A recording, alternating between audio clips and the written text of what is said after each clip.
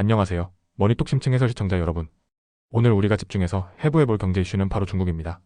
그동안 부동산 위기, 청년 실업 등으로 성장세가 둔화됐던 중국 경제가 최근 대규모 소비 진작 정책으로 새로운 반전을 꾀하고 있다는 소식이 전해졌는데요.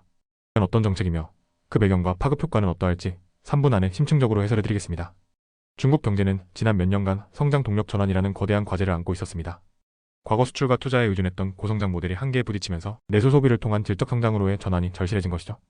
특히 최근에는 부동산 시장의 불안정성, 젊은 층의 높은 실업률, 그리고 팬데믹 이후 회복이 더딘 소비 심리 등이 복합적으로 작용하며 경제에 큰 부담을 주고 있었습니다. 이러한 상황에서 중국 정부는 더 이상 지체할 수 없다고 판단, 특단의 조치로 내수 활성화에 올인하기로 결정한 것입니다. 이번에 중국 정부가 꺼내는 카드는 크게 두 가지입니다. 첫째는 바로 이고안신 정책입니다. 오래된 제품을 새 제품으로 교체할 경우 보조금을 지급하는 방식으로 특히 자동차와 가전제품 등 내구 소비재 시장을 겨냥하고 있습니다.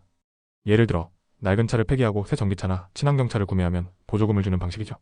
이는 단순히 소비를 촉진하는 것을 넘어 자국 산업의 기술, 고도화와 친환경 전환이라는 두 마리 토끼를 잡으려는 전략으로 풀이됩니다. 둘째는 대규모 국채 발행을 통한 인프라 투자 확대입니다. 정부가 직접 돈을 풀어도로 철도, 스마트 도시 등 사회 인프라에 막대한 자금을 투입함으로써 고용을 창출하고 경제 활력을 불어넣겠다는 의도입니다.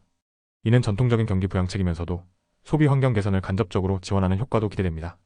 중국 정부는 이번 정책을 통해 위축된 소비 심리를 살리고 내수 시장을 부양하여 경제 성장에 새로운 활력을 불어넣을 것으로 기대하고 있습니다. 중국은 세계 최대의 소비 시장 중 하나인 만큼 중국의 소비가 살아나면 이는 단순히 중국 내부의 문제를 넘어 글로벌 경제 전반에 긍정적인 파급 효과를 가져올 수 있습니다. 특히 중국에 대한 수출 의존도가 높은 우리나라 경제에도 청신호가 될 수 있습니다. 중국 내수 소비가 살아나면 우리의 소비재 및 중간재 수출이 늘어날 가능성이 높아지기 때문입니다. 하지만 정책 효과가 나타나기까지는 시간이 걸릴 것이며 부동산 문제 등 구조적인 문제 해결이 병행되어야 한다는 점도 함께 지켜봐야 할 것입니다. 오늘의 경제 이야기, 머니톡 심층 해설 어떠셨나요?